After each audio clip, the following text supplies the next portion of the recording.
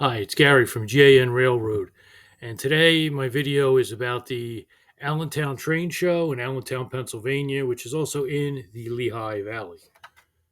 This is where it's located. If you want to freeze this on your picture, there's a little map, or excuse me, freeze it on your computer.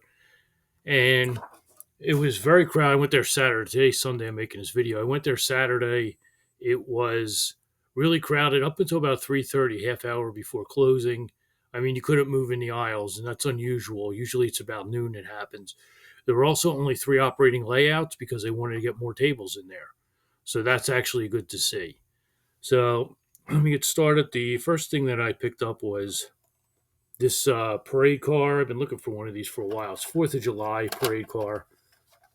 You can see a fire truck and all that on there and a band.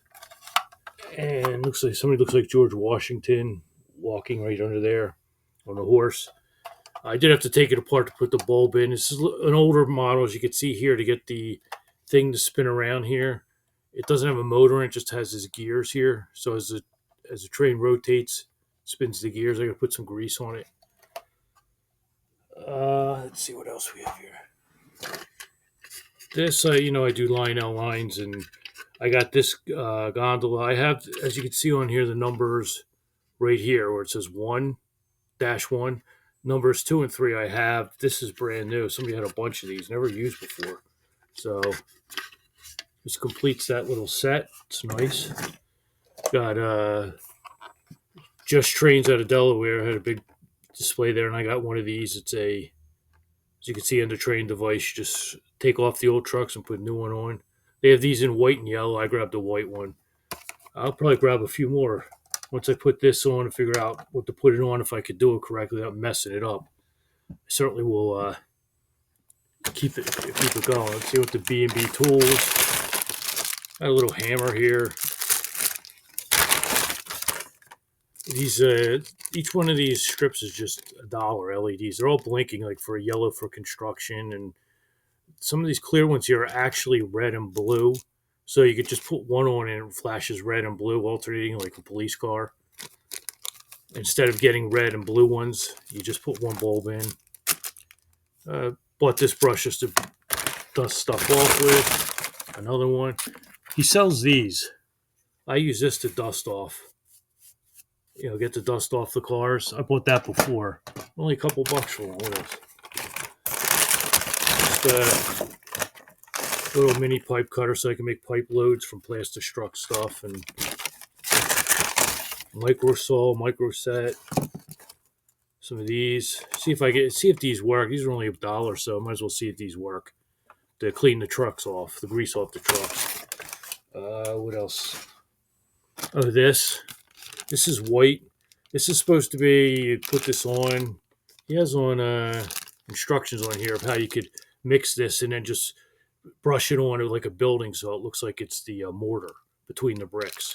And they do have different colors he has in this now. So say you have yellow, like just a plastic yellow Lionel one. You get one that's sort of a light white with a little yellow in it.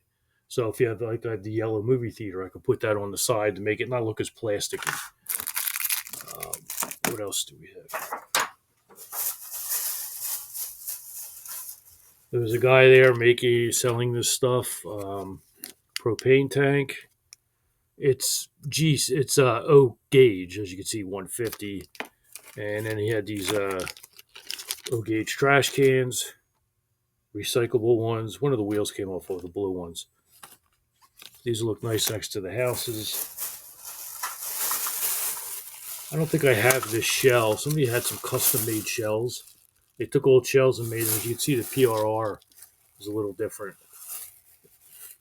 It's black keystone with white writing. But I don't know. See, maybe I could swap one out somewhere. In the catalog, they had an orange Chessie caboose. But I don't do Chessie, and I really liked it.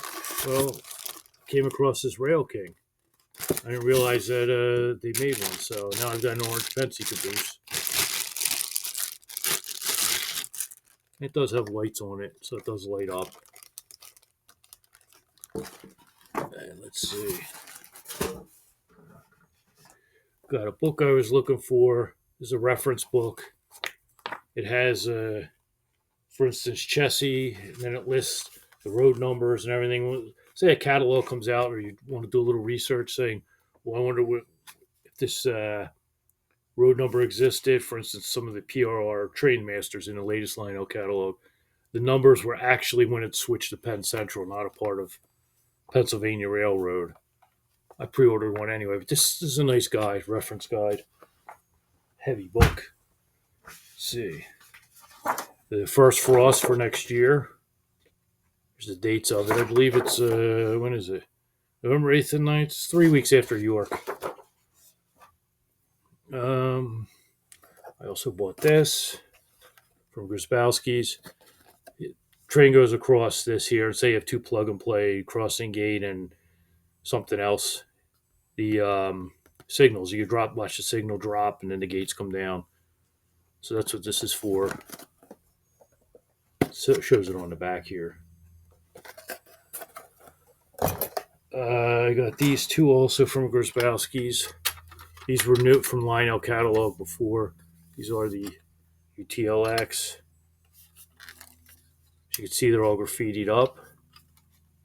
Not big on graffiti. I do think it's vandalism. It's not really good artwork, but it is reality of today. It's what's on the rails. I'm not 100% into, as you can see with this semi-scale. This is a new one, Ferromex. These were just shipped. They have it on there too, on the doors. On this side, that door. Let's see, where's the, have like hobo markings down there. These doors do open up. I buy the semi-scale of these because I'm in the middle on these. Same with the double stacks. I like them, but they're not that important to me, and I don't run them as much as other stuff. So I might as well just not spend as much money. Plus, the one good thing about these semi-scales, these are the only ones that don't come with a warning that they won't tip over. If you buy any of them, doesn't matter who makes them, they'll come with a warning they could tip over. Let's make sure to miss anything. Nope. Okay. One last thing here. This was I'm going to the LCCA convention, and they were at Allentown. Usually they're not. So they have the car here for the convention car. So rather than pay shipping, I picked it up right there.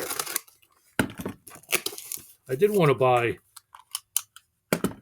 an engine there from Grabowski's, but it was a Christmas engine. Of course, they don't bring Christmas. He's like, that stuff doesn't sell. So, during the spring, to me, I don't care if I see something I want to buy, but most people won't, so they don't bother bringing it.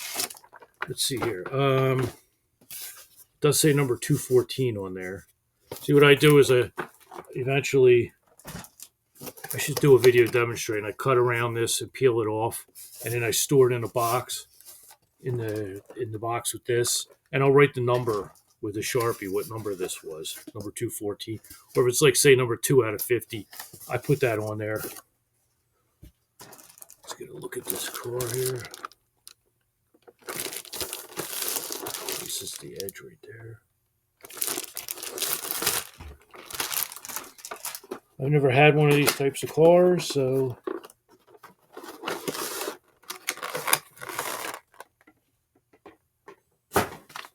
owner's manual.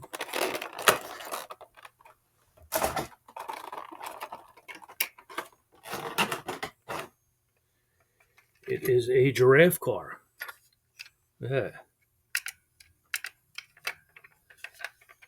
As you can see, it has the giraffe lever here. The door doesn't open.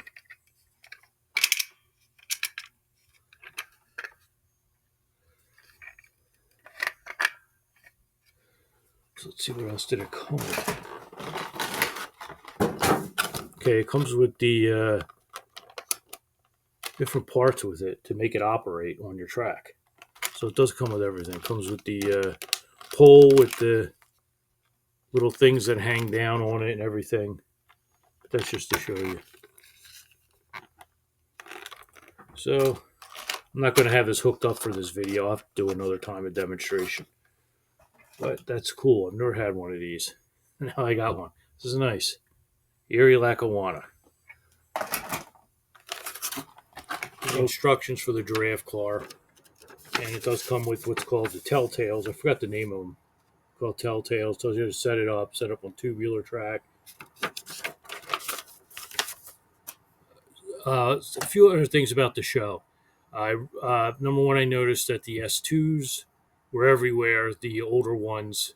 So I guess they figure if people can't afford the new ones, they can get the older ones, and it'd be at a much more reasonable price. I know Trains and Things out of Ewing, New Jersey, they had a really nice one as a Proto Sound 1. I think it was like $350, perfect condition. The other thing I noticed, and you'll see it in the slideshow after I'm done talking here, is the not Phantom, the K4 torpedoes. They seem to be out all over too. Everybody seemed to have them out, as well as the old green Madison cars, or I shouldn't say Madison, the passenger cars that they have, like that in the new catalog. You could buy a set and get the green passenger cars or the blue tin plate looking ones. They had a lot of those sets out. I guess showing people, hey, you don't have to pay as much if you want to get older ones, which you don't. And then I was talking to one guy who I can't remember his name or who he worked for.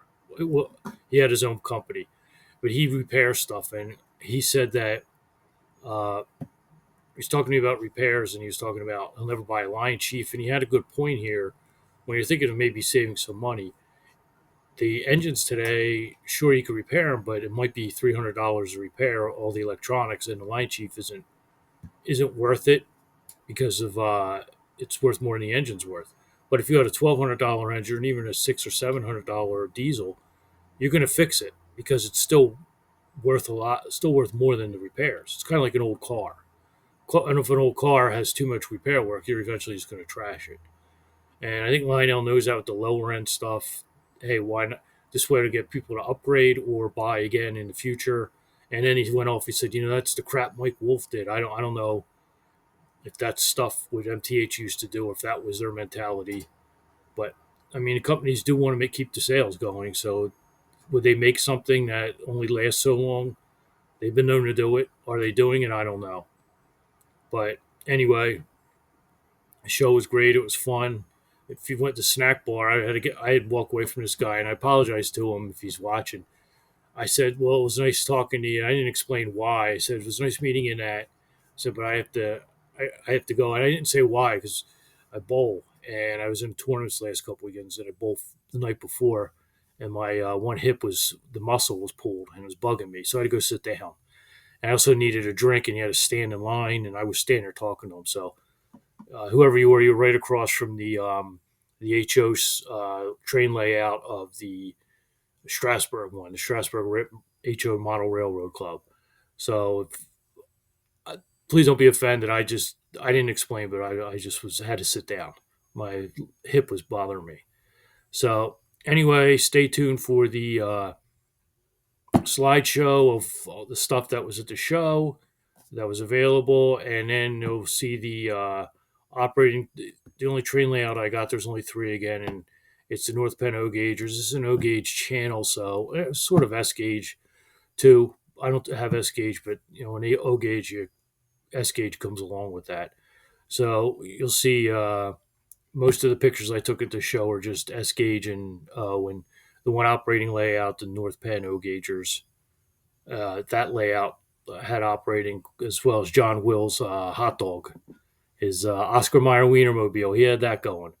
So thanks for watching. Please comment, like, share, and subscribe. Thank you.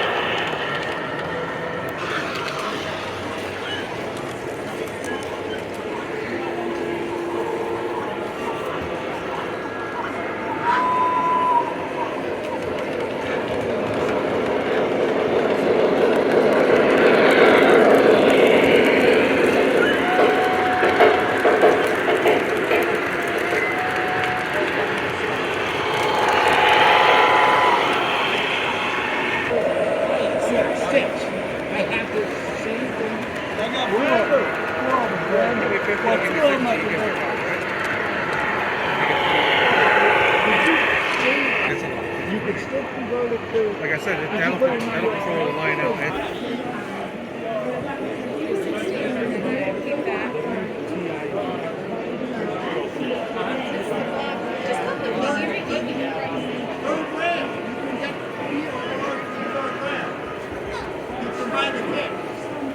I love that John Mills got both the doodle bug and the hot dog one. Now, I'm gonna start doing what he does. Just bring like one little tiny thing.